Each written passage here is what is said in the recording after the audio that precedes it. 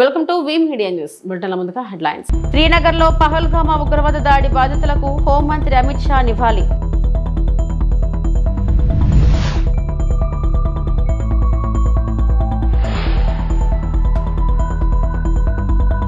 వంశధార ఎడవ కాలువను పరిశీలించిన మంత్రి డాక్టర్ నిమ్మల రామానాయుడు.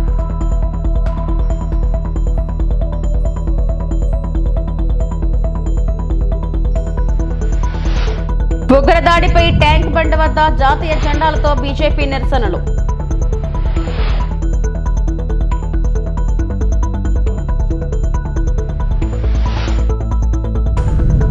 జాతరలో కొన్న హెలికాప్టర్ ఎగరట్లేదు, పోలీస్ స్టేషన్లో బాలుడి ఫిర్యాదు.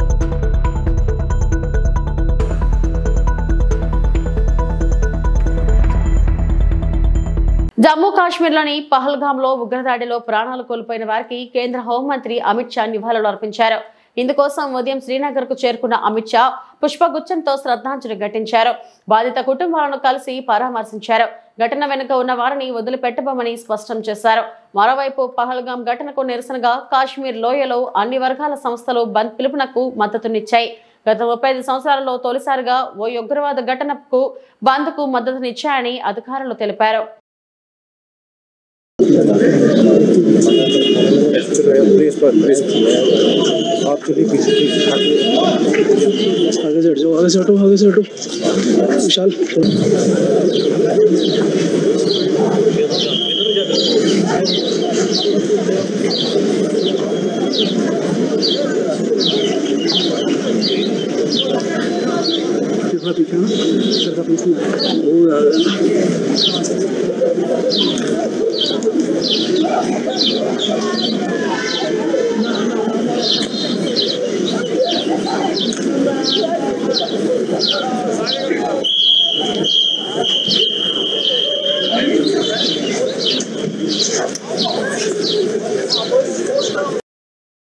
వైసీపీ హయాంలో ఇరిగేషన్ ప్రాజెక్టులకు చేసింది శూన్యమేనని జలవనరుల శాఖ మంత్రి నిమ్మల రామానాయుడు వ్యాఖ్యానించారు. వంశధార ఎడమ కాలువ పరిధిలో మదన గోపాలసాగరం బ్యాలెన్సింగ్ రిజర్వాయర్ ను మంత్రి కింజరాపు అచ్చెన్నాయుడుతో కలిసి రామ్మోహన్ నాయుడు పరిశీలించారు. ఉత్తరాంధ్రకు 2025 జూన్ నాటికే గోదావరి జలాలు తరలించేలా పోలవరం ఎడమ కాలువ పనులు వేగవంతం చేస్తున్నట్లు మంత్రి తెలిపారు. రాష్ట్రంలో ఆర్థిక ఇబ్బందులు ఉన్నా ప్రాజెక్టుల కోసం నిధులు మంజూరు చేస్తున్నట్లు చెప్పారు. కలెక్టరేట్ లో ఎమ్మెల్యేలు ఇరిగేషన్ అధికారులతో జిల్లా ప్రాజెక్టుల పురోగతిపై సమీక్షించారు. ఇటు ఉత్తరాంధ్రకు గాని అటు రాయలసీమకు గాని ప్రాజెక్టులు ప్రారంభించడం గాని రిజర్వాయర్లు గాని ఏదైతే మరి ఐటీసీ స్కీమ్స్ గాని ప్రారంభించడం పనులు చేయడం కూడా తెలుగుదేశం ప్రభుత్వం హయాంలోనే జరిగినటువంటి విషయాన్ని కూడా ఈ సందర్భంగా ఒకసారి గుర్తు చేస్తూ ఉన్నా. ఇవాళ శ్రీకాకుళం జిల్లా ఈ రోజు రివ్యూలో కూడా మరి చాలా విషయాలను కూలంకషంగా అందులో పర్టికులర్ గా ఏదైతే నేరేడు బ్యారేజీ మరి ఇది కూడా అవసరం, కాకపోతే ఇది ఇంటర్ స్టేట్ ఏదైతే ఏపీ అండ్ ఒరిస్సా స్టేట్ లో లింకప్ ఉంది కాబట్టి మరి అది ముఖ్యమంత్రి గారి దృష్టిలో పెట్టి వారి పరిధిలో పరిష్కరించేటువంటి విధంగా మరి అదేవిధంగా ఏదైతే వంశధార ప్రాజెక్టు మరి ఇది చాలా అత్యంత అవసరమైనటువంటి ప్రాజెక్టుగా గుర్తించి ఏదైతే 87 ప్యాకేజ్ 88 ప్యాకేజ్ 2 ప్యాకేజీలు ఏవైతే ఉన్నాయో దీనికి సంబంధించి ఏదైతే రాతి కట్టుబడి కానీ ఏదైతే ల్యాండ్ ఎక్వేషన్ ప్రాబ్లమ్స్ ఏవైతే చెప్పారో వాటిని కూడా క్లియర్ చేసేటువంటి విధంగా మరి ఆదేశాలు ఇచ్చాం. కొన్ని ఎస్టిమేషన్ కూడా పంపమని చెప్పడం జరిగింది. అదేవిధంగా గొట్టా బ్యారేజీ కూడా మరి అది కూడా ప్రమాదభరితంగా ఉంది. దానికి కూడా ఒక 12 కోట్ల రూపాయలు ఆల్రెడీ మరి టెండర్స్ పిలిచి వర్క్స్ ను కూడా స్టార్ట్ చేయమని చెప్పేసి కూడా ఆదేశాలు ఇవ్వడం కూడా జరిగిందని చెప్పి తెలియజేసుకుంటూ అదేవిధంగా ఏదైతే హిరమండలం రిజర్వాయర్ మరి ఇది యాక్చువల్ గా 19.3 టీఎంసీ కెపాసిటీ ఉంది. కానీ ప్రస్తుతం ఉన్నటువంటి పరిస్థితుల్లో కేవలం 3-4 టీఎంసీని మాత్రమే నిల్వ చేస్తున్నటువంటి పరిస్థితి ఉంది.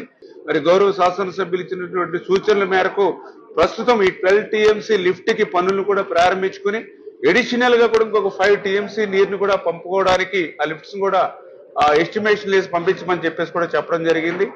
అదేవిధంగా ఏదైతే వయోడైట్ ఏదైతే అది కూడా ప్రమాదభరితంగా ఉండడంతో దాన్ని కూడా డిపిఆర్ తయారు చేస్తున్నారు. ఆ తయారు చేసే డిపిఆర్ ని బట్టి ఆ యొక్క రిపేర్స్ అవి కూడా చేయాలని చెప్పేసి కూడా నిర్ణయం తీసుకోవడం జరిగింది. ఇంటెలిజెన్స్ వైఫల్యం వల్లే పహల్గామ్ ఉగ్రదాడి జరిగిందని ఎంఐఎం అధ్యక్షుడు అసదుద్దీన్ ఓవైసీ ఆరోపించారు. పుల్వామా ఘటన కంటే ఎక్కువ నష్టం కలిగిందన్నారు. ఉగ్రదాడిపై మోడీ సర్కార్ దృష్టి పెట్టాల్సిన అవసరం ఉందన్నారు. మృతుల కుటుంబాలకు ఓవైసీ సానుభూతి వ్యక్తం చేశారు. उस माउंटेनियस एरिया में वहाँ पर इंडिस्क्रिमिनेट तरीके से और मज़हब पूछकर उन्होंने मासूम लोगों को वहाँ पर उनका कत्ल किया है। हम इसकी सख्त से सख्त अल्फाज में इसकी मजम्मत करते हैं, कंडेम करते हैं और हम उम्मीद करते हैं कि हुकूमत इन दहशतगर्दों को एक सबक सिखाएगी और साथ ही साथ हम जो लोग वहाँ पर जिनको कत्ल किया गया, इन टेररिस्ट ने इनको मारा है, हम उन तमाम फैमिलीज के साथ खड़े हैं और हम जो ज़ख्मी हैं हम दुआ करते हैं कि वो जल्द से जल्द सेहतियाब हो। दूसरी अहम बात यह है कि ये एक इंटेलिजेंस फेलियर भी है और हुकूमत को, नरेंद्र मोदी हुकूमत को देखना है कि उनकी डिटरेंस पॉलिसी कितनी कामयाब हो रही नहीं हो रही है। चौथी बात यह है कि उरी हुआ, पुलवामा हुआ, ये उरी और पुलवामा से ज़्यादा कंडेमनेबल इंसिडेंट है ये, क्योंकि जो सिविलियन लोग हैं वहाँ पर जाकर ये टेररिस्ट जो हमारे पड़ोसी मुल्क से ज़रूर आए हैं और वहाँ से आकर यहाँ पर हमारी सरजमीन पर मासूम लोगों को उनकी जान लेते हैं और बड़ा दर्दनाक वाक़या है ये, बल्कि ये मैसेकर है और हम नरेंद्र मोदी हुकूमत से इस बात का डिमांड करते हैं कि वो अकाउंटेबिलिटी किसकी है फिक्स करें, डिटरेंस पॉलिसी को अपने देखें और उरी और पुलवामा से बड़ा इंसिडेंट है और उम्मीद करते हैं कि हुकूमत इन तमाम जालिमों को सबक सिखाएगी और इनको जो लोग मरे हैं उनसे इंसाफ होगा और MIM पार्टी उन तमाम ख़ानदान और परिवार के साथ खड़ी हुई है जिनकी जानें गई हैं और जो ज़ख्मी हैं हम ये मुतालबा करते हैं, डिमांड करते हैं कि जल्द से जल्द జమ్మూ కాశ్మీర్ పహల్గామ్ ఉగ్రదాడిని కేంద్ర మంత్రి కిషన్ రెడ్డి ఖండించారు. పాకిస్తాన్ అసమర్థ నాయకత్వానికి ఈ ఘటన పరాకాష్ఠాన్ని ధ్వజమెత్తారు. ట్యాంక్ బండ్, అంబేద్కర్ విగ్రహం వద్ద ఉగ్రదాడి మృతులకు నివాళులు అర్పించారు. నల్ల దుస్తులు ధరించి జాతీయ జెండాలతో నిరసన వ్యక్తం చేశారు. భారత్ను దెబ్బతీయాలని పాక్ చూస్తే మూల్యం చెల్లించుకున్నట్లేనని హెచ్చరించారు. బాధిత కుటుంబాలను ఆదుకుంటామన్న కిషన్ రెడ్డి దోషులను విడిచిపెట్టే ప్రసక్తే లేదని పేర్కొన్నారు. మరి ఒక వర్గం వారిని మతం పేరుతో విభజించి వాళ్ళని విడదీసి మరి ఒక వర్గం వారిపైనే ఉగ్రవాదులు దాడి చేయడం ఏదైతున్నదో ఇది పూర్తిగా ఈరోజు ప్రపంచమంతా ఖండిస్తూ ఉంది. సభ్య సమాజం అంతా కూడా ఈరోజు ఖండిస్తూ ఉన్నది. పాకిస్తాన్ గత అనేక రోజులుగా తమ దేశంలో జరుగుతున్నటువంటి అంతర్గత వ్యవహారాలను సరిదిద్దుకోనేటువంటి అసమర్థమైనటువంటి నాయకత్వము మరి ఈరోజు భారతదేశంలో 370 ఆర్టికల్ తొలగించిన తర్వాత జమ్మూ కాశ్మీర్లో ఎన్నో రకాల అభివృద్ధి జరుగుతూ ఉంది. 30 సంవత్సరాల తర్వాత ఈరోజు పర్యాటకులు కూడా వెళ్ళే విధంగా అక్కడ మంచి వాతావరణం ఏర్పడింది. ఉద్యోగ అవకాశాలు మెరుగుపడతా ఉన్నాయి. అన్ని రకాలుగా జనజీవనం సంతోషంగా ఉన్నటువంటి ఈ నేపథ్యంలో మళ్ళీ ఈరోజు పాకిస్తాన్ జమ్మూ కాశ్మీర్లో నిప్పులు పోసే విధంగా అమాయకులైనటువంటి పర్యాటకులను ఈరోజు విచక్షణారహితంగా కాల్చంపడం ఏదైతున్నదో ఈరోజు మేము పూర్తిగా ఖండిస్తూ ఉన్నాము. ఈ రకమైనటువంటి ఉగ్రవాద చర్యల ద్వారా పాకిస్తాన్ భారతదేశాన్ని భయపెట్టాలనుకుంటే, పాకిస్తాన్ భారతదేశాన్ని దెబ్బతీయాలనుకుంటే అది వాళ్ళ పొరపాటు. ఇప్పటికే పాకిస్తాన్ గత కొన్ని సంవత్సరాలుగా ప్రపంచ దేశాల ముందు చిప్ప పట్టుకొని భిక్షమెత్తుకునే పరిస్థితి వచ్చినప్పుడు కూడా సిగ్గు లేకుండా ఈరోజు భారతదేశం మీద దాడి చేయడము, భారతదేశ పర్యాటకులను హతమార్చడం ఏదైతున్నదో చాలా సిగ్గుమాలినటువంటి చర్య. దీనిని పూర్తిగా ఖండిస్తూ ఉన్నాము. ఖచ్చితంగా బాధిత కుటుంబాలకు ఆదుకుంటాము. ఎవరైతే దోషులుగా ఉన్నారో, ఎవరైతే టెర్రరిస్టులు అమాయకులైనటువంటి భారత పర్యాటకుల మీద దాడి చేశారో వాళ్ళని ఎట్టి పరిస్థితుల్లో వదిలే సమస్య లేదు. ఖచ్చితంగా వాళ్ళపైన చర్య తీసుకునే విధంగా భారత ప్రభుత్వం నిర్ణయం తీసుకుంటుందని ఈ సందర్భంగా మనవి చేస్తా ఉన్నాను. ఏలూరు జిల్లా పోలవరం ప్రాజెక్టు నిర్వాసితులకు మెరుగైన జీవన పరిస్థితులు కల్పించేందుకు ప్రత్యేక ప్రణాళిక రూపొందించి అమలు చేస్తామని రాష్ట్ర పౌర సరఫరాల శాఖ మంత్రి మరియు జిల్లా ఇన్ఛార్జ్ మంత్రివర్యులు నాదెండ్ల మనోహర్ చెప్పారు. బొట్టాయిగూడెం మండలం రెడ్డి గణపవరంలోని R&R కాలనీలో పోలవరం ప్రాజెక్టు నిర్వాసితులకు అంత్యోదయ అన్న యోజన కార్డులను అందజేశారు. ఈ సందర్భంగా కాలనీలోని నిర్వాసితుల సమస్యలను మంత్రి అడిగి తెలుసుకున్నారు. ఈ సందర్భంగా మంత్రి నాదెండ్ల మనోహర్ మాట్లాడుతూ అత్యంత ప్రతిష్టాత్మకమైన జాతీయ బహుళార్థ సాధక సాగునీటి ప్రాజెక్ట్ అయిన పోలవరం ప్రాజెక్టు నిర్మాణానికి తమ భూములు త్యాగం చేసిన 35,000 మంది నిర్వాసితుల త్యాగాలను తమ ప్రభుత్వం ఎప్పటికీ మర్చిపోదని, వారిని ప్రభుత్వం అన్ని విధాలా ఆదుకుంటుందన్నారు. రాష్ట్ర ముఖ్యమంత్రి నారా చంద్రబాబు నాయుడు ఇటీవల పోలవరం పర్యటన సందర్భంగా నిర్వాసితుల సమస్యలను ముఖ్యమంత్రి దృష్టికి తీసుకెళ్లడం జరిగిందని, వాటిపై ముఖ్యమంత్రి సానుకూలంగా స్పందించి నిర్వాసితులకు పూర్తి స్థాయిలో న్యాయం అందే విధంగా చర్యలు తీసుకోవాలని ఆదేశించారన్నారు. నిర్వాసితులకు ఆహార భద్రతకి అంత్యోదయ అన్న యోజన కార్డులు అందజేసి వారికి ప్రతి నెల 35 కేజీల బియ్యాన్ని ఉచితంగా అందిస్తున్నామన్నారు. మనకం పోసుకుమారి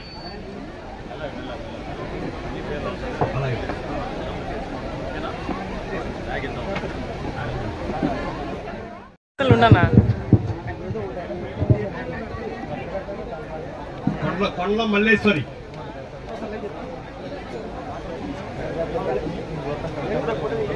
కడబాల వీరపురెడ్డి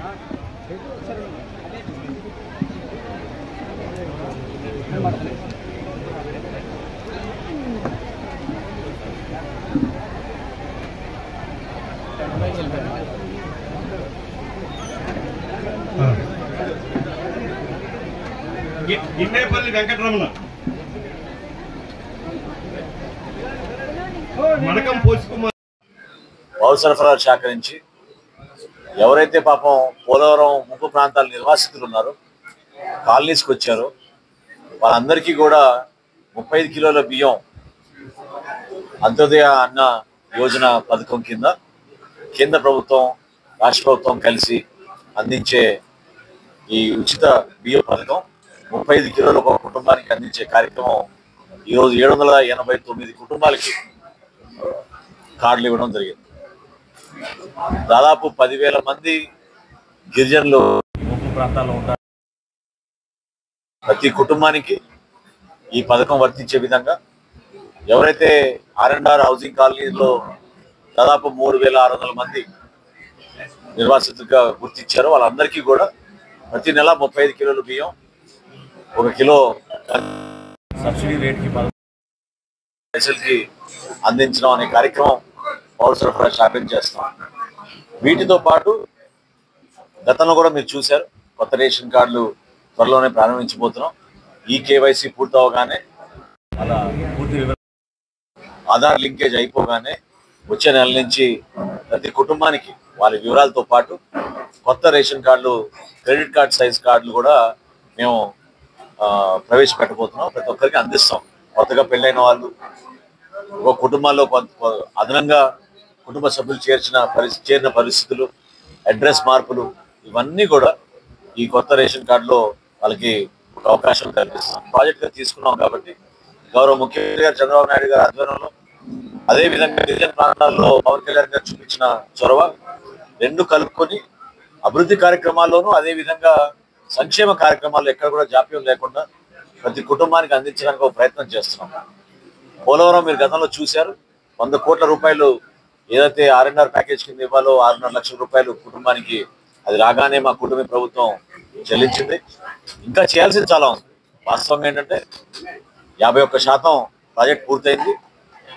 కాఫర్ డ్యామ్ కూడా ఏ విధంగా వాళ్ళు పొరపాటు చేసి టెక్నికల్గా నిర్మాణం అయిపోయారో, దానివల్ల ఎంత నష్టం జరిగిందో మనందరం దానివల్ల నష్టపోతున్నాం. కానీ రాబోయే రోజుల్లో ఫోకస్డ్గా 2027 పుష్కరాల కల్లా ఈ ప్రాజెక్ట్ పూర్తి చేయడానికి రాష్ట్ర ప్రభుత్వం కంకణం కట్టుకుంది. నిధుల విషయంలో కేంద్ర ప్రభుత్వం నరేంద్ర మోడీ గారి నాయకత్వంలో అందించిన సహకారం మరువలేనిది. సబ్బవరం మండల కేంద్రంలో జనసేన పార్టీ నూతన కార్యాలయ భవనాన్ని జనసేన పార్టీ జిల్లా అధ్యక్షుడు పెందుర్తి శాసనసభ్యులు పంచకర్ల రమేష్ బాబు బుధవారం ఉదయం రిబ్బన్ కట్ చేసి ప్రారంభించారు. అనకాపల్లి జిల్లా సబ్బవరంలో ముందుగా పాత రోడ్డు నుంచి ఓపెన్ టాప్ జీప్లో పంచకర్ల రమేష్ బాబుతో కార్యకర్తలు భారీ బైక్ ర్యాలీ చేపట్టారు. జమ్మూ కాశ్మీర్లో ఉగ్రవాదుల దాడులకు 2 నిమిషాలు మౌనం వహించారు. అనంతరం ఆయన మాట్లాడుతూ పార్టీ కార్యాలయం దేవాలయమని, ఇకపై అన్ని రకాలుగా ప్రజలకు అందుబాటులో ఉంటామని స్పష్టం చేశారు. కూటమి పార్టీల్లో చిన్న చిన్న పొరపాట్లు ఉంటే కూర్చొని మాట్లాడుకొని ముందుకు వెళ్లాలని సూచించారు. పంచకర్ల రమేష్ బాబుకి సొంత ఎజెండా ఏమీ ఉండదని 3 పార్టీలు కలిసి నిర్ణయాలు తీసుకుంటామని చెప్పారు. ఈ కార్యక్రమంలో కార్పొరేటర్ బల్లా శ్రీనివాస్, నాయకులు బెహెరా భాస్కర్ రావు, కర్రి కనకరాజు, గండి దుర్గాప్రసాద్, గొర్లి కుమారస్వామి, ఇందుల వెంకటరమణ, సింగంపల్లి శ్రీనివాసరావు, కంచిపాటి రాంబాబు, పంచకర్ల వెంకటేశ్వరరావు, సాలపు వెంకటేశ్వరరావు, సబ్బవరపు రవి, వెన్నెల నరేష్, కూటమి నాయకులు, వీర మహిళలు తదితరులు పాల్గొన్నారు. ప్రభుత్వం అరాచకాలకి గత ప్రభుత్వం చేసిన అవినీతికి గత ప్రభుత్వం ఏమాత్రం ఏ ఒక్క రోడ్డు వేయకుండా ప్రజలకి నా మీద అభిమానంతో పవన్ కళ్యాణ్ గారు, చంద్రబాబు గారు, నరేంద్ర మోడీ గారి మీద ఉన్న అభిమానంతో ఎన్డీఏ కూటమిని నేను రాష్ట్రంలోనే 4వ మెజార్టీ ఇచ్చిన గెలిపించిన మీ అందరికీ నేను ఎంత చేసినా రుణం తీర్చుకోలేను. నేను చేయగలిగిందల్లా మీ రుణం తీర్చుకోవాలంటే నేను ఒళ్ళు నుంచి పని చేయటం. జనసేన వాళ్ళలో గెలిచాను, లేకపోతే తెలుగుదేశం వాళ్ళలో గెలిచాను, లేకపోతే బీజేపీ వాళ్ళలో గెలిచాను అని ఏ ఒక్కరికి ఎక్కువ ఏ ఒక్కరికి తక్కువ చేసే ప్రసక్తి లేదు. దానికి ఉదాహరణ ఇక్కడ ఉన్న తెలుగుదేశం నాయకులు కానీ, బీజేపీ నాయకులు కానీ, జనసేన నాయకులు కానీ మండలానికి నిధులు వచ్చిన, ఎన్ఆర్జీఎస్ కాంపోనెంట్తో పనులు వచ్చిన, అధికారులు మీకు కావాల్సిన వాళ్ళు మీరు అడిగిన ఏది జరిగినా కూడా మీ అందరినీ కూర్చుని మీ అందరినీ తీర్మానం చేసి పెట్టాను తప్ప పంచకర్ల రమేష్ మనిషి అని చెప్పి ఎవరికి ఇచ్చింది ఏమీ లేదన్న విషయాన్ని కూడా మిమ్మల్ని గమనించమని చెప్పి నేను కోరుతా ఉన్నాను. ఇంకేమీ లేదు. కింద కార్యకర్త వరకు, గ్రామంలో తెలుగుదేశం, బీజేపీ, జనసేన ఆఖరి కార్యకర్త వరకు నేను పేరు పెట్టి పిలిచే విధంగా నాకు పరిచయం అవ్వాలి అని చెప్పి నేను మనస్ఫూర్తిగా కోరుకుంటా ఉన్నాను. ఎందుకంటే గ్రామం నుంచి ఇప్పుడు ఆ నలుగురే వస్తే నేను ఆ నలుగురితోనే మాట్లాడుతున్నాను. నాకు పనిచేసి, నా కోసం కష్టపడి, నా కోసం జెండా మోసి, నా కోసం కేసులు పెట్టించుకున్న వాడు నా దగ్గర వరకు రాకపోతే వాడు బాధపడతాడు, నేను బాధపడతాను. దయచేసి వాళ్ళందరూ కూడా మీకు ఏమి అడ్డీల్స్ లేవు, మీకేమి బారికేడ్స్ లేవు. ఈ ఆఫీస్ అందరూ ఆఫీసు ఈ 3 పార్టీలకు సంబంధించి ఎవరు ఎప్పుడు రావాలన్నా మీకు రెడ్ కార్పెట్ వెల్కమ్ ఉంటుంది. మీ సొంత సమస్య అయినా ఊరు సమస్య అయినా మీకు నేను అండగా ఉంటానని చెప్పి ఆ భగవంతుడి సాక్షిగా నేను మాటిస్తా ఉన్నా. మా అన్న పంచకర్ల వెంకటేశ్వరరావు గారిని పెట్టాను అంటే మీ మీద పెత్తనం చేయడానికి కాదు, కేవలం నేను అందుబాటులో లేకపోయినా పంచకర్ల అన్న అంటే అధికారులు కూడా కొద్దిగా స్పందిస్తారు. మీకు ఎవరికి ఏదన్నా తొందరగా పని అవ్వాలి అంటే ఆయన తోడుంటాడని తప్ప వారసత్వంతో రాజకీయాలు చేయాలని కాదు. మా అన్నని గత 5 సంవత్సరాలు కానీ ఇప్పుడు ఈ సంవత్సర కాలం కానీ మా అన్నని నేను ఎప్పుడు స్టేజీ మీద కూడా కూర్చోబెట్టాను. నా కుటుంబ సభ్యులు ఎవరిని స్టేజీ మీద కూడా కూర్చోబెట్టాను. ఎవరన్నా ఫ్లెక్సీలో మా వాళ్ళ ఫోటో వేస్తే నేను ఫోన్ చేసి మరీ దెబ్బలాడతాను, మా వాళ్ళ ఫోటో ఎందుకు వేసారని.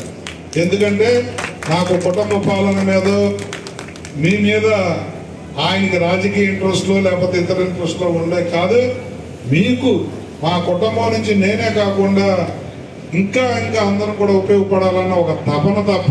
బ్రాహ్మణుల ఆర్థిక సామాజిక అభ్యున్నతికి ఆంధ్రప్రదేశ్ బ్రాహ్మణ కోఆపరేటివ్ క్రెడిట్ సొసైటీ కృషి చేస్తుందని ఆ సంస్థ సీఈఓ నాగసాయి అన్నారు. బుధవారం గాజువాక ఆటోనగర్ ఈ బ్లాక్ లో సంస్థ ఆధ్వర్యంలో ఏర్పాటు చేసిన సుచి ఫుడ్ ప్రొడక్ట్స్ ప్రారంభోత్సవం సందర్భంగా జరిగిన కార్యక్రమానికి ఆయన అధ్యక్షత వహించారు. ఈ సందర్భంగా సంస్థ లక్ష్యాలను ఆయన వివరించారు. ఆంధ్రప్రదేశ్ ప్రభుత్వం సిట్ క్యాపిటల్ నిమిత్తం 20 కోట్ల రూపాయలను 15 ఏళ్లలో చెల్లించే విధంగా రుణం మంజూరు చేసిందని అన్నారు. ఇందులో 5 కోట్ల రూపాయలు గ్రాంట్ ఇచ్చినట్లు తెలిపారు. బ్రాహ్మణ కోఆపరేటివ్ క్రెడిట్ సొసైటీ లిమిటెడ్ బ్రాహ్మణుల సంక్షేమానికి కృషి చేస్తుందని వివరించారు. రాష్ట్రంలోని అన్ని జిల్లాల్లోని తమ సంస్థ సభ్యతలను స్వీకరిస్తుందన్నారు. ప్రస్తుతం 17 జిల్లాల్లో 17 శాఖలతో కార్యకలాపాలు నిర్వహిస్తున్నట్లు చెప్పారు. నిత్యం విశాఖనగర్ ప్రజలకు అవసరమయ్యే ఆహార పదార్థాలను స్వచ్ఛంగా అందించడమే ఈ సంస్థ లక్ష్యమని ఆయన వివరించారు. ఈ కార్యక్రమంలో సీనియర్ మేనేజర్ శ్రీనివాస్ గొత్తి, బాల త్రిపుర, బ్రాంచ్ మేనేజర్ తాత శ్రీనివాస్, స్థానిక బ్రాహ్మణ సంఘం ప్రతినిధులు ఈ కార్యక్రమంలో పాల్గొన్నారు.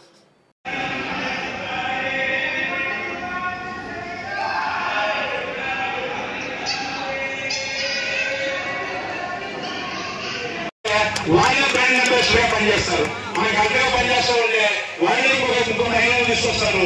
ఇవాళ 1,00,000 రూపాయలు తీసుకుంటున్నారు. వాళ్ళు 1,00,000 ఈరోజు విశాఖపట్నంలో ఆంధ్రప్రదేశ్ బ్రాహ్మణ సంక్షేమ సంస్థ యొక్క అనుబంధ సంస్థ అయిన ఆంధ్రప్రదేశ్ బ్రాహ్మణ cooperative credit society vegetarian manufacturing unit అని ఒకటి బ్రాండ్ క్రియేట్ చేసి శుచి అనే పేరు మీద, శుచి ఫుడ్ ప్రొడక్ట్స్ అనే పేరు మీద జనరల్ పబ్లిక్ కి మనము ఒక న్యూట్రిషన్ ఫుడ్ ఇవ్వాలనే ఉద్దేశంతో ఇవాళ విశాఖపట్నం ఆటోనగర్ లో ఈ ప్లాంట్ ని స్టార్ట్ చేయడం జరుగుతున్నదండి. ఆంధ్రప్రదేశ్ బ్రాహ్మణ కోఆపరేటివ్ క్రెడిట్ సొసైటీ అనేది ఒక సహకార ఆర్థిక పరపతి సంస్థ.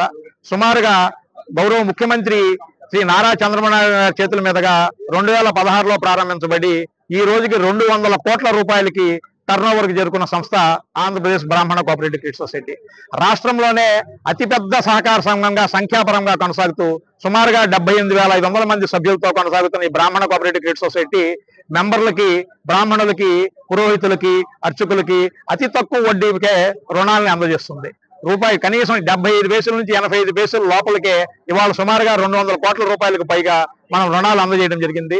115 కోట్ల రూపాయల నెట్ అవుట్ స్టాండింగ్ లోన్లు, 38 కోట్ల రూపాయల సభ్యుల డిపాజిట్లు కలిగిన ఈ కోఆపరేటివ్ క్రెడిట్ సొసైటీ ఒక ఇంటర్నేషనల్ స్టాండర్డ్ క్వాలిటీతో విశాఖపట్నంలో మనము ఒక ఫుడ్ ఇండస్ట్రీని ఏర్పాటు చేసి idli batter, dosa batter, semi cooked chapatis with international standards meet అవుతూ ఆర్ఓ వాటర్ మినరల్ను ఉపయోగించుకుంటూ ప్రజలకి ఒక సమతుల్యమైన న్యూట్రిషన్ ఫుడ్ అందజేయాలనే ఉద్దేశంతో ఈ యూనిట్ ని స్టార్ట్ చేస్తున్నామని తెలియజేస్తున్నాము. అంతేకాకుండా అతి తక్కువ ఖర్చుతో ఒక 50 లక్షల రూపాయల లోపలతోనే మేము ఈ ప్రోడక్ట్ ని స్టార్ట్ చేస్తున్నాము, ఈ యూనిట్ ని స్టార్ట్ చేస్తున్నాము. 10 మందికి ఉపాధి కల్పించడానికి ఉపయోగపడుతుంది. ఖచ్చితంగా రాబోయే రోజుల్లో వెజిటేరియన్ ఫుడ్ కి సంబంధించిన అన్ని అంశాల్లోకి ఉపయోగపడుతుందని తెలియజేస్తున్నారు.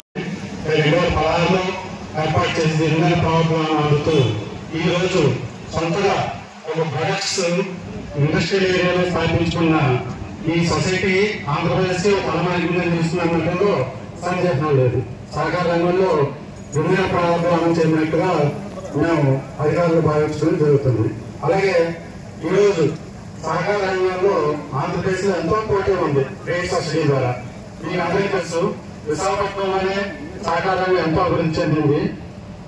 విశాఖపట్నం కోఆపరేటివ్ బ్యాంక్ కానీ, మహారాజా బ్యాంక్ కానీ, అలాగే కనకమేశ్వర కోఆపరేటివ్ బ్యాంక్ కానీ ఇక్కడ స్థాపించబడి స్టేట్ లో అన్ని జిల్లాలకి విస్తరించడం జరిగింది. అలాంటి సొసైటీలతో పోటీ పడుతూ ఈరోజు గ్రామీణ వర్గానికి ఈ సొసైటీ చేస్తున్న సేవలు ఎంత సాగిన కాంట్రాక్ట్ చూడటం జరిగింది. ఇన్ని సర్వీసులు ఎవరో అందించడం లేదు. ఎందుకంటే గ్రామీణ చాలా మంది ఆర్థికంగా తక్కువ జరుగుతుంది. వాళ్ళకి వడ్డీ వ్యాపారస్తుల దగ్గర కలగకుండా ఈ సొసైటీ ఎంత ఎప్పటికప్పుడు సహాయం చేయటం, అన్ని విషయాల్లో ఆదుకోవటం జరుగుతుంది.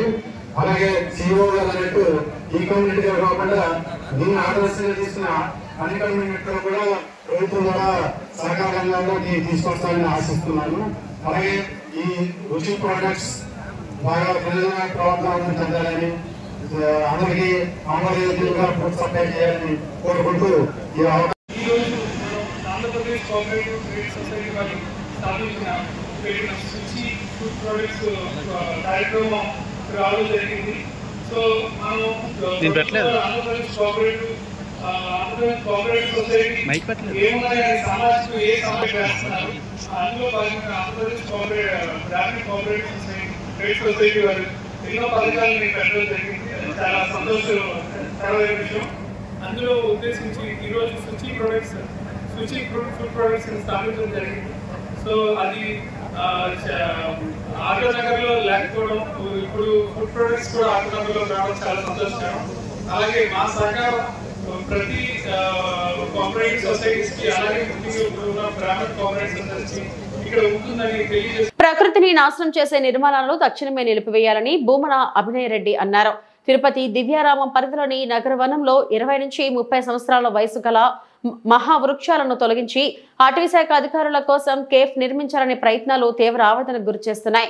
ఈ ప్రాంతాన్ని స్వయంగా పరిశీలించిన తిరుపతి నియోజకవర్గ వైఎస్ఆర్ కాంగ్రెస్ పార్టీ సమన్వయకర్త భూమన అభినయ్ రెడ్డి ప్రకృతి సంపదను నాశనం చేయడం పూర్తిగా తప్పు అని ఖండించారు.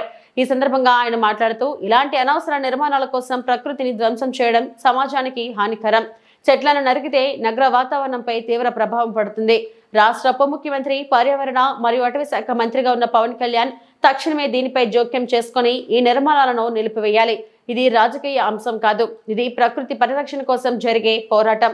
అవసరమైతే ప్రకృతి ప్రేమికుడిగా ఉన్న ఈ నిర్మాణాలను వ్యతిరేకిస్తూ పెద్ద ఎత్తున ఉద్యమం ప్రారంభిస్తామని హెచ్చరించారు.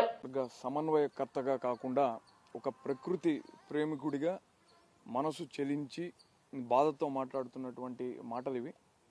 పవన్ కళ్యాణ్ గారు, మీరు పర్యావరణ అటవీ శాఖ మంత్రులుగా ఉన్నారు. మీ శాఖకు సంబంధించినటువంటి అధికారులు పర్యావరణాన్ని, అడవులను సంరక్షించాల్సింది పోయి తిరుపతిలో కొన్ని వేల వృక్షాలకు నిలవైనటువంటి నగరవనంలో కొంత ప్రాంతాన్ని ధ్వంసం చేసి స్టాఫ్కి కెఫెటేరియా కట్టాలన్నటువంటి ఆలోచన అటవీ శాఖ అధికారులకు రావడం చాలా బాధాకరమైనటువంటి విషయం. తిరుపతిలో ఉన్నటువంటి స్థానికులకు, ప్రకృతి ప్రేమికులకు ఈ ప్రాంతం అంటే ఎనలేనటువంటి ప్రేమాభిమానాలు ఉన్నాయి. ఉదయం లేస్తే స్థానికులందరూ కూడా దాదాపుగా 2000 నుంచి 2500 మంది ఇక్కడ వాకింగ్కి వస్తారు. ప్రకృతి ప్రేమికులు ఇక్కడ ఉన్నటువంటి లేళ్లను కానీ, నెమళ్లను కానీ, మరి ఇతర అడవి జంతువులను చూడడానికి ఎంతో ముచ్చట పడుతూ ఉంటారు. ఇటీవల కాలంలో ఒక వారం క్రిందట ఇక్కడ నుంచి జింకలు రోడ్డు దాటి అవతల వైపు ఉన్నటువంటి మిలిటరీ పార్కుకి రావడం తటస్థించింది. ఇదేదో యాదృచ్ఛికంగా జరిగింది. అడవి జంతువులు రోడ్లు దాటుతూ ఉంటాయి, ఇవి షరా మామూలే అని అనుకున్నాం. కానీ వాస్తవానికి ఇక్కడ చూస్తే ఇక్కడ జరుగుతున్నటువంటి ధ్వంసకాండకు భరించలేక కొన్ని జంతువులు భయభ్రాంతులకు గురై రోడ్లు దాటేటటువంటి ప్రమాదం ఏర్పడుతుంది. ఇక్కడ ట్రాఫిక్ కూడా చాలా ఎక్కువ. పొరపాటున ఏ జంతువు అయినా కూడా, అది ఒక చిరుతపులి కావచ్చు, ఇక్కడ చిరుతపులి కూడా సంచరించినట్లుగా మనకు ఎన్నో సందర్భాల్లో మనం అందరం కూడా విన్నాం, చూసాం. పొరపాటున ఏదన్నా ఆ జంతువుకు హాని కలిగితే దానికి బాధ్యత ఎవరు వహించాలి? నేను ఒక ప్రకృతి ప్రేమికుడిగా మిమ్మల్ని అర్థిస్తున్నాను. దయచేసి దీన్ని నిలుపుదల చేయండి. మీరు నిలుపుదల చేయని పక్షంలో ఉద్యమించడానికి ప్రకృతి ప్రేమికులందరం కూడా సిద్ధంగా ఉన్నాం. ఇక ఒక్క ఇటుక ఇక్కడ కదిలినా ఉపేక్షించేటటువంటి పరిస్థితి లేనేలేదు. మీరు వెనువెంటనే ఈ ప్రాజెక్టును మాన్పించి ఇక్కడ చెట్లు మరిన్ని నాటండి. చెట్లను సంరక్షించుకోవడం మన బాధ్యత. ఒక చెట్టు పెరిగి పెద్దదవ్వాలనంటే దానిని కాపాడుకోవడానికి పట్టేటటువంటి సమయం అంతా ఇంత కాదు. అది మీరు ఏ ప్రకృతి ప్రేమికుడిని అడిగినా కూడా చెప్పగలుగుతారు. అలాంటిది 15-20 సంవత్సరాల వయసు కలిగినటువంటి చెట్లను నిర్దాక్షిణ్యంగా ఎవరైతే కాపాడాల్సినటువంటి బాధ్యత ఉందో వాళ్లే నరికివేయడం చాలా దారుణం. మీరు దయచేసి స్పందించాలి. ఎమ్మెల్యే గారి నివాసం కూడా ఇక్కడి నుంచి కూర్తవేటు దూరంలోనే ఉంది. ఆయన కూడా మీ పార్టీకి సంబంధించినటువంటి వ్యక్తే. దయచేసి మీరు దీంట్లో కల్పించుకొని ఈ ప్రాజెక్టును నిలిపివేయాలని మా అందరి మనవి. పక్షి ప్రేమికులు అక్కడక్కడ పక్షులను సంరక్షణ కోసం వారి వంతు సహాయ సహకారాలు చేస్తున్నారు. అలాంటి వారిలో కర్నూలు జిల్లా ఎమిగ్నూరు మండలం గుడికల్ గ్రామానికి చెందిన దేవదాస్ ఒక్కరు. తెలుగుదేశం పార్టీ మండల ప్రధాన కార్యదర్శిగా ఉన్న దేవదాస్ పక్షి ప్రేమికుడు. అంతరించిపోతున్న పక్షులను సంరక్షించాలన్న ఉద్దేశంతో ఈ తన వంతు సహకారం అందిస్తున్నాడు. ఊరిలో అంతా పత్తి, వరి పంటనే సాగు చేస్తుండటంతో పక్షులకు గింజలు దొరకడం కష్టంగా మారడంతో దేవదాసు తనకున్న 1/2 ఎకరా పొలంలో పక్షుల కోసం ప్రత్యేకంగా సజ్జ పంటను సాగు చేస్తూ వాటి ఆకలి తీరుస్తున్నాడు. మనిషికి మనిషి సహాయపడని ఈ రోజుల్లో మూగజీవాల సంరక్షణకు పాటుపడుతున్న పక్షి ప్రేమికుడు దేవదాస్ కి అందరూ హ్యాట్స్ ఆఫ్ చెప్పాల్సిందే. ఎమ్మెగనూరు మండలము గుడికల్కి చెందిన దేవదాస్ అని నేను పక్షులకి సద్దలు వేయడము, పంట చేయడం జరిగింది.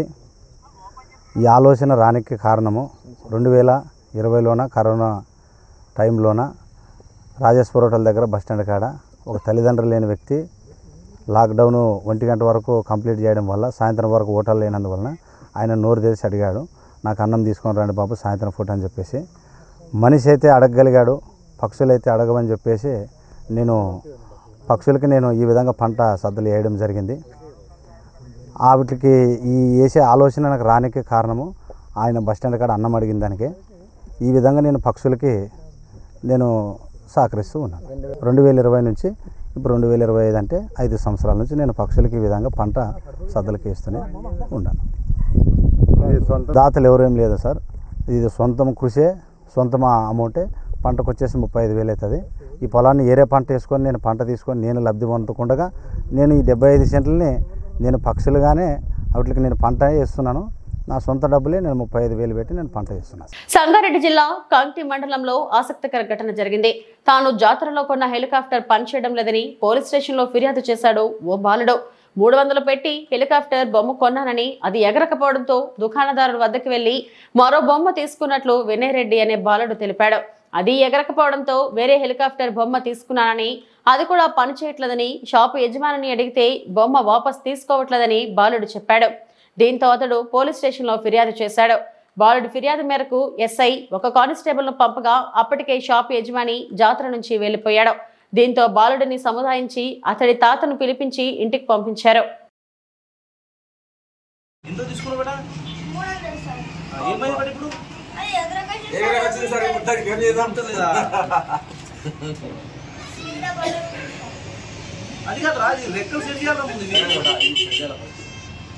అది రన్నింగ్ లో సెట్ అయ్యేది. ఏడగొన్నావు ఏమైంది? రిటర్న్ ఇస్తే ఏమో మొత్తం చెప్పలేదు. రిటర్న్ ఇస్తే సార్ 3 కలర్లు చేంజ్ చేసి సార్ ఇంకోసారి రాకన్నారు సార్. లేదా ఎగురుతాను చూపెట్టింది మీకు? లేదు సార్. ఏం కంప్లీట్ ఇస్తావు?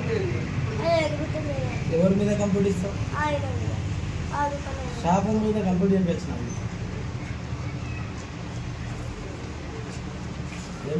ఫస్ట్ పోయినప్పుడు సార్ పైనకి ఎగురుతుంది, మళ్ళీ కిందికి వస్తుంది, మళ్ళీ ఎగురకొస్తుంది. అలా ఏం పేరు నీది?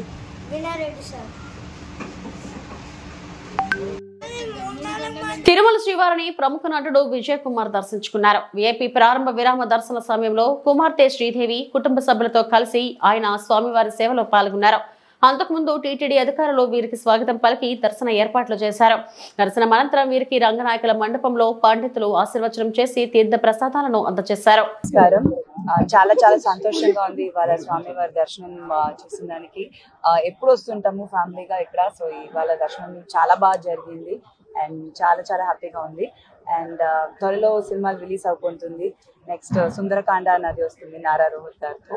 సో చాలా వెయిటింగ్, మళ్ళీ సినిమాలు వచ్చి రిలీజ్ అయ్యి మంచి సక్సెస్ఫుల్గా మంచి సినిమాలు చేయాలి అనేది చాలా హ్యాపీ. థ్యాంక్ యూ అండి. అందరూ బాగుండాలి. ఇవి ఇప్పటి వరకు నా బులెటిన్ అప్డేట్స్. నమస్తే.